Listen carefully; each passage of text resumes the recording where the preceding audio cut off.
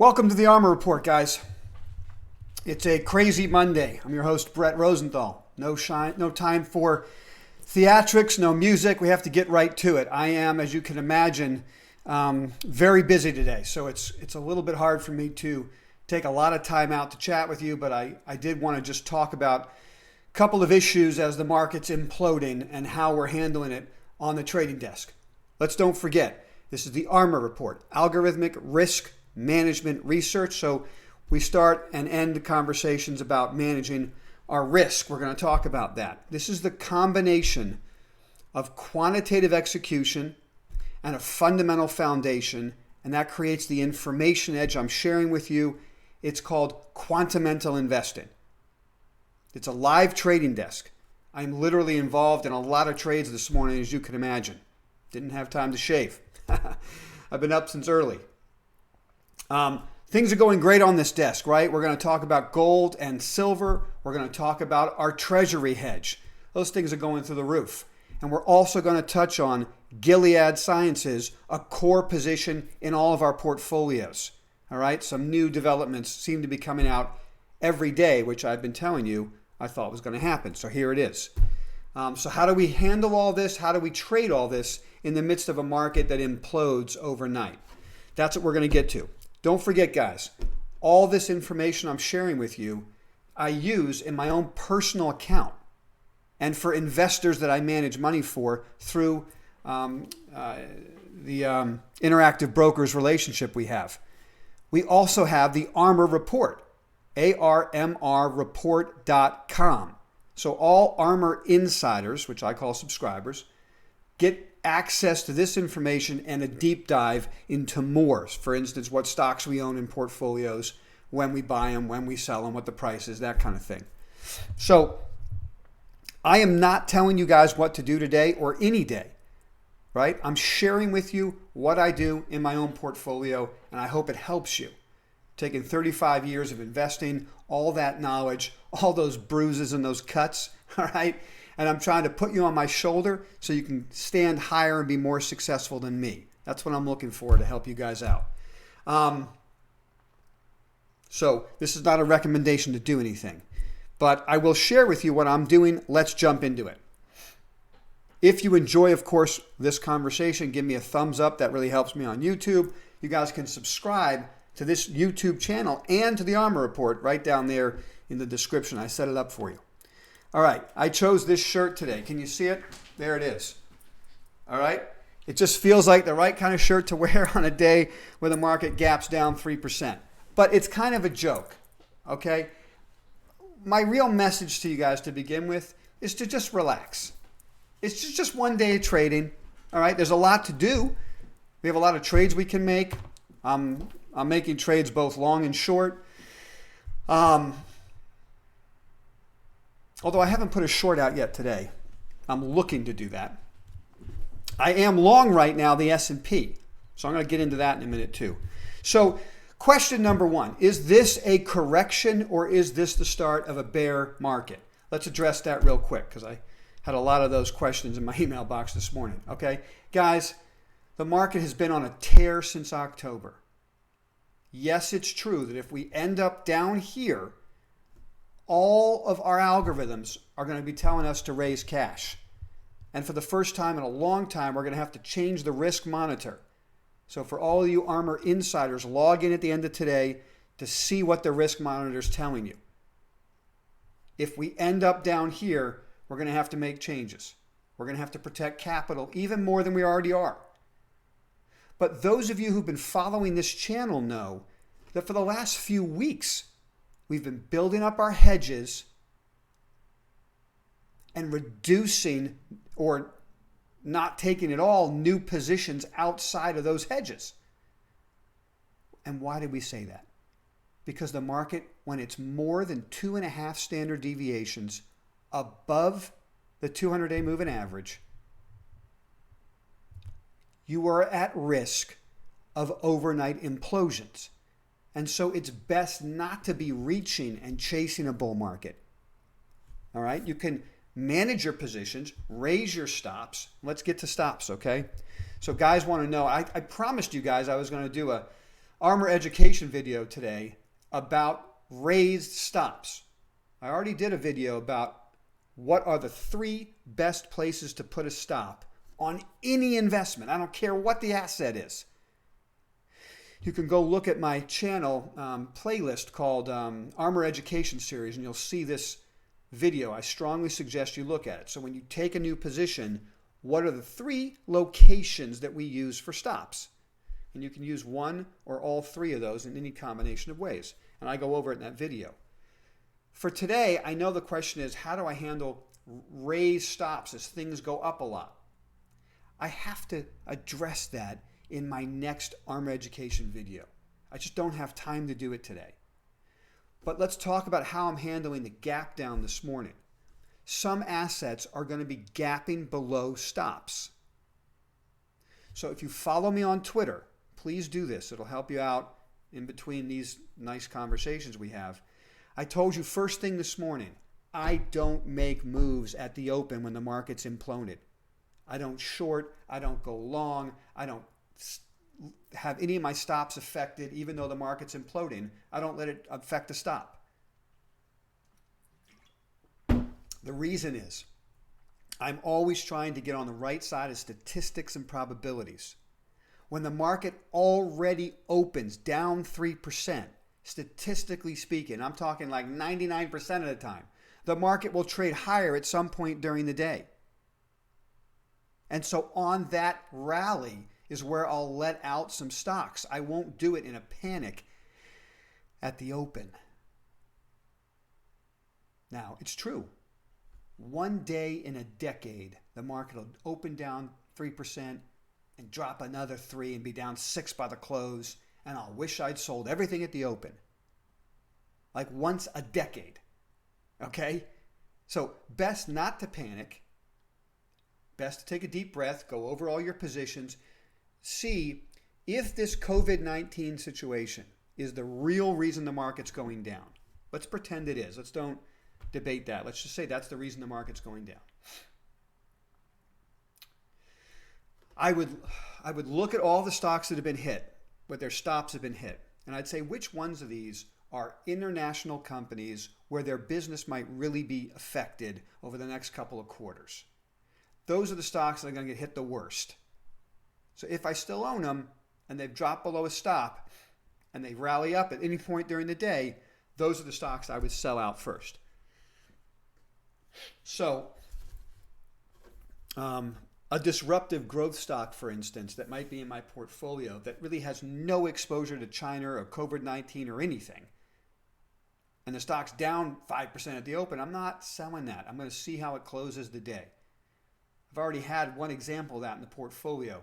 I own, well, I'm not going to get into stocks, but my point is the stock opened up a lot lower, and I'm almost up on the day on the stock. So the point is, other names that are, Apple, for instance, that have big exposure, and, even Walmart said that they're going to miss their number. I mean, these are the type of things you might want to lift out of the portfolio if they're below your stops.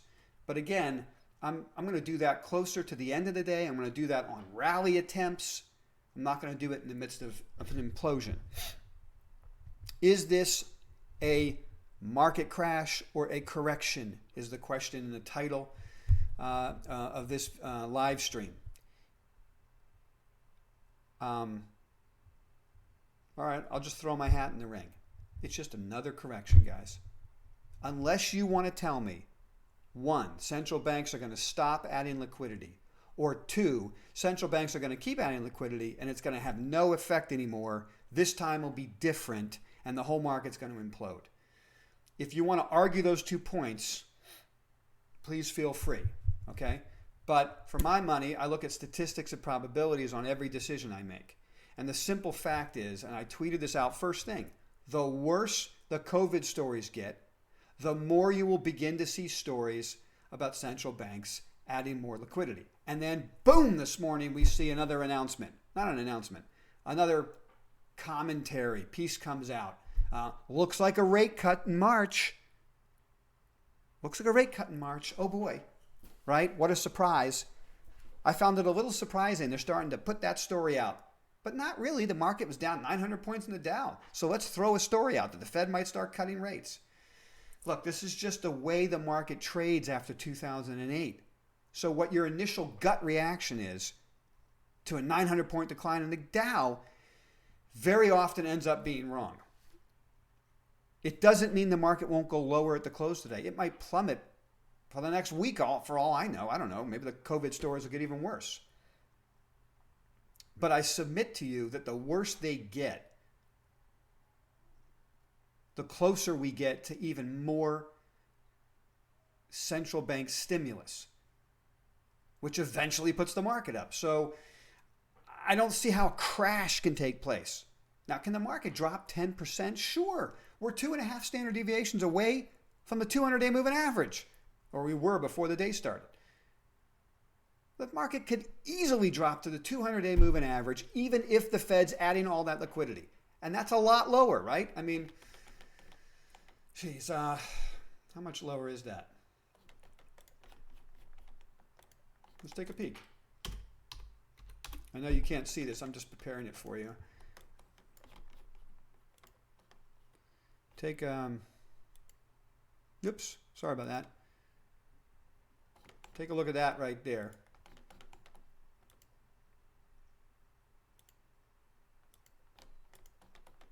I'd love to be able to get this to work. You guys still with me? For some reason, this doesn't seem to be working, so let's skip it. Let's just skip it. I'm going to tell you what it says. The S&P is, I'm looking at maybe 307 on the S&P. Okay, 307 on SPY.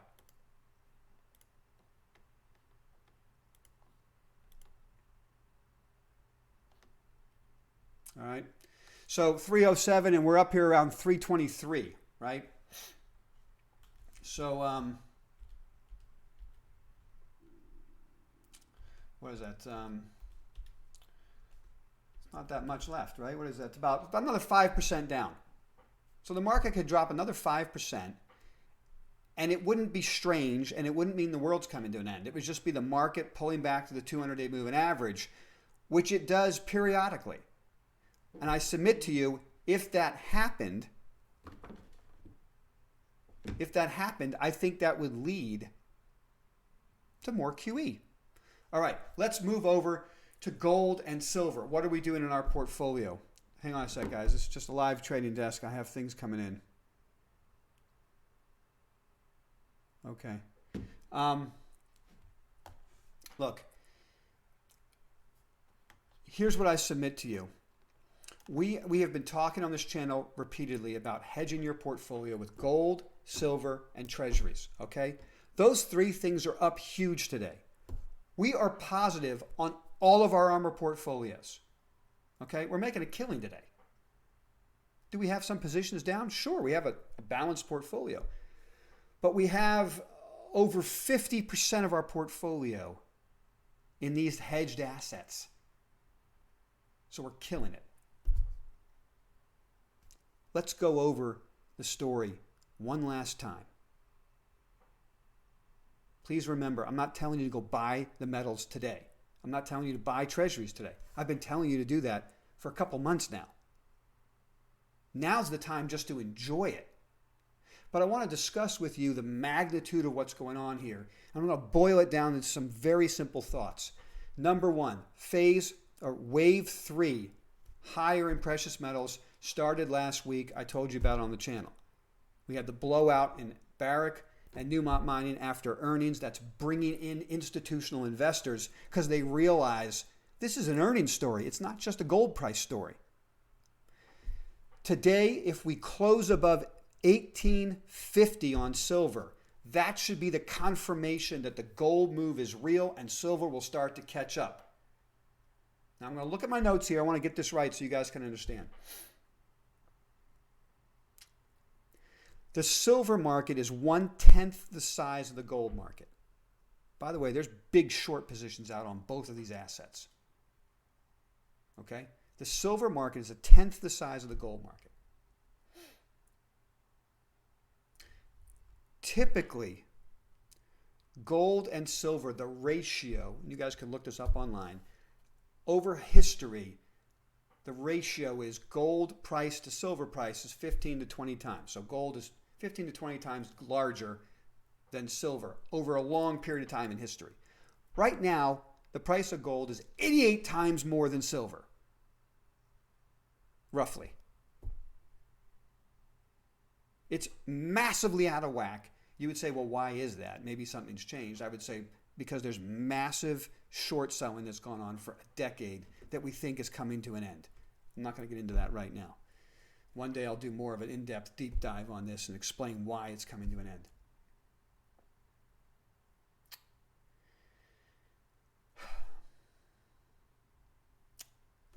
Right now, if you aggregate all the precious metals investments from the trillions of dollars that are under professional management, it's roughly around 1%.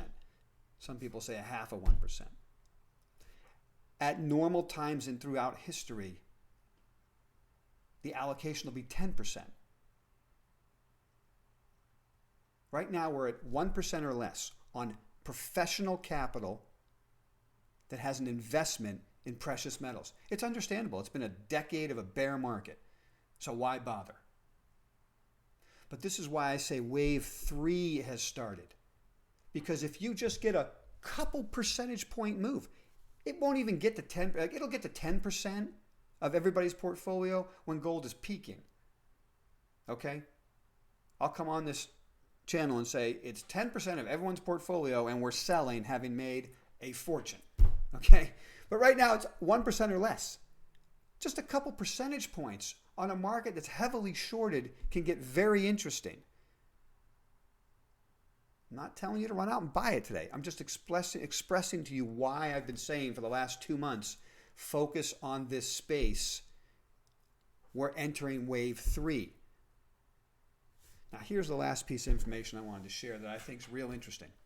And I talked about this last year when it happened. In March of last year,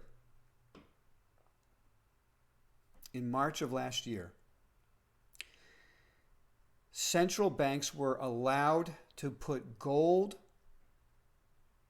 on their balance sheet as a tier 1 asset. Up until that point, gold was not a tier 1 asset. What's tier 1? Government bonds. Okay, something that's considered unbelievably safe, and banks can put it on their balance sheets and consider it a tier 1 asset. And that determines the health of a bank's balance sheet. They're tier 1 assets. Gold was added in March. Central banks have become net buyers of gold. Can you imagine what the value of a rising gold price does for banks now that it's a tier 1 asset and on their balance sheets at a time where they're massively producing fiat currency?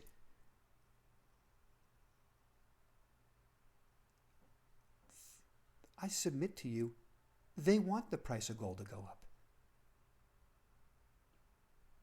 It's why they made it a tier 1 asset. Because they saw a way to continue the charade and shore up their balance sheet at the same time. Okay? I shouldn't say continue the charade. This is just the world we live in. Let's don't get too cynical. All right?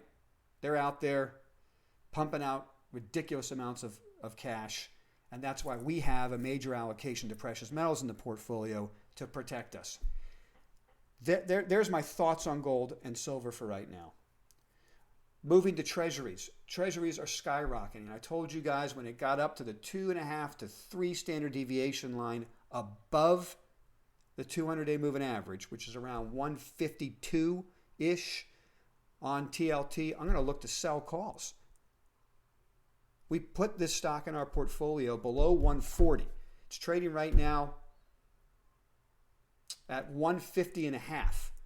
Another couple of points, it's going to be about 2.5, 3 standard deviations away from its moving average, its 200-day, which is rare for U.S. Treasuries. I'm picking up a 2.5% yield. And I'm going to write calls and see if I can't enhance my yield and still hold on to the asset after it gets way stretched. Then it can come down the rest of the year and consolidate, and I can write calls. That's a very aggressive, not aggressive actually. It's a sophisticated strategy. If you have an interest in understanding how to do it, ARMR Insiders, you have the right to call me and talk to me directly, and I'll walk you through that process. I'm not doing it right now. I'll let you know when I am. So to wrap up real quick, let's discuss COVID-19 and Gilead, right? So Gilead stock is up a little over 3% today. It's up about, up a little over $3. It's up about 4.5%, 5% on the day. We all saw CNBC this morning. Jim Cramer's talking about Gilead and what a great investment it may be for the COVID-19 scare. I'm glad he could join us. Sorry he's so late. And we paid $63 and change for the stock. We added it to all of our ARMR portfolios, and we did it in January. But I'm always glad to have Jim with me. Thanks for joining. Also, what I said to you a couple days ago, and part of my premise is, look, we own the stock because we're collecting a dividend. The company's 4%. The company's raising the dividend. They're doing about a $2 to $3 billion stock buyback, and they're in the midst of a turnaround story. So I love it. That's why we bought it at 63 and change. But I told you they may have possible cure for the COVID-19, and that was the extra kicker. That's just going to help us out. So now everyone's starting to talk about it on CNBC. How does it make me feel? Well, the World Health Organization just came out and made a statement. They're seeing a decline in COVID-19 cases in China, which is encouraging to them. And they believe, the only medication that's showing any efficacy is Gilead's product. And so I said to you guys a couple days ago, the World Health Organization said it'll take 3 weeks to come out with preliminary trial results. For those of you who don't know by now, Gilead has 2 trials going on, phase 3, one in China, one in Japan. It's being fast-tracked. They're working with the Chinese government to do it. They're working with the U.S. government to do it. I told you there'd be no way to keep the wraps on the story. Most phase 3 trials, nobody knows what happens until the results are published. And what I said to you was, you're going to start hearing about the results before anyone publishes them because the world's in a panic, right? And it'll be impossible to keep the wraps on the idea that people in China go into ICU, get the drug, and come out 24 hours later having been cured. That's going to get out. So today, the World Health Organization comes out and basically says, this is the only drug that's showing efficacy. The higher it goes, the more risk there is that there's a disappointment when the phase 3 trial results are announced. So please understand that. I am not advocating for buying the stock today. Right? You needed to own the stock at 63 and change when we were buying it. And then we added to it once in the 65 area. All the ARMR portfolios have a little 2x next to the Gilead name and symbol, meaning it's twice the size of every other stock in our portfolio from a position size. And this is the reason. Okay, so now we got a cushion. In my humble opinion, the World Health Organization and China and everybody is going to do everything they can for Gilead's product to work so that the hysteria around the world of fear begins to subside.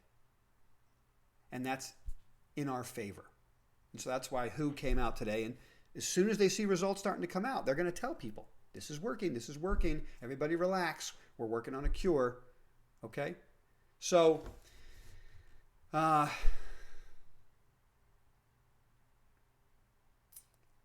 I guess that wraps it up today. I would not be adding to Gilead here. Just enjoy the ride. I would not be adding to gold and silver and treasuries here. Enjoy the ride. If you're going to cut your portfolio down, I'm doing it personally on rallies. So I cut a couple positions out around, I think it was around 10:30 this morning when I cut a couple positions down. After the market opened lower, rallied up. Now it's selling off again. I'd like to see if it bounces a bit, but at the moment, I'm kind of locked down. I hit a couple stops early this morning. It rallied up, and I moved out of those positions, and now I'm kind of just waiting to see how this market reacts into the end of the day. So I hope this has been helpful, guys. I look forward to talking to you again on Wednesday. Maybe we could do an ARMR education series on Wednesday where I go over trailed stops and how we execute them on our desk. If you found this helpful, give me a thumbs up. Don't forget, of course, to subscribe if you haven't. Take care, guys, and be safe out there. Okay? Be safe. And never forget rule number 76. Let me hear it. No excuses. Play like a champion, guys. Take care.